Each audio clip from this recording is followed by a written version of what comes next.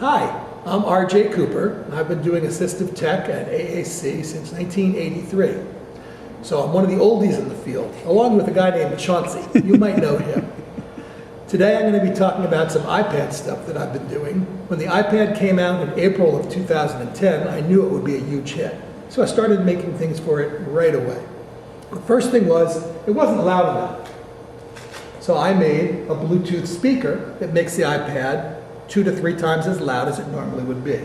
Very important when you're trying to use it as an augmentative communication device. The next thing I noticed was we needed a way to mount it on wheelchairs.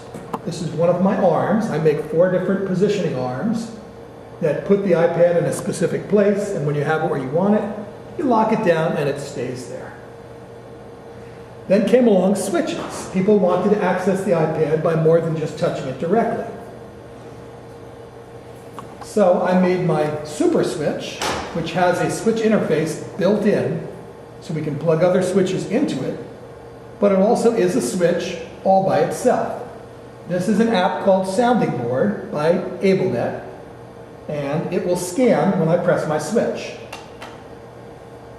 Unfortunately, it does not make any sound while it's scanning, but we can see that it's scanning. And I'll choose Tell Me More about that. And it speaks the phrase that we've selected. So that shows that the switch can activate switch-friendly apps. Now that's important because the switch cannot operate the iPad itself. It can only operate apps that are switch-friendly, of which there are only about 10, 11 right now. I struggle to get app developers on this train, but they resist. I make a couple of apps that are switch-friendly, from cause and effect up through early communication, and fortunately all the app developers are either doing it or they have done it. Not all of them done yet though. Also, we're trying to have a standard in the communication protocol between the switch and the app, so that the consumer or the professional doesn't need to be aware of the old question of what is the switch interface doing and what is the app looking for. By making a standard, we're eliminating that question from the consumer's need to know. Okay, how did it go for the second morning session? It was wonderful. Good. I thought it was wonderful. Chauncey was in the audience. You'd ask him.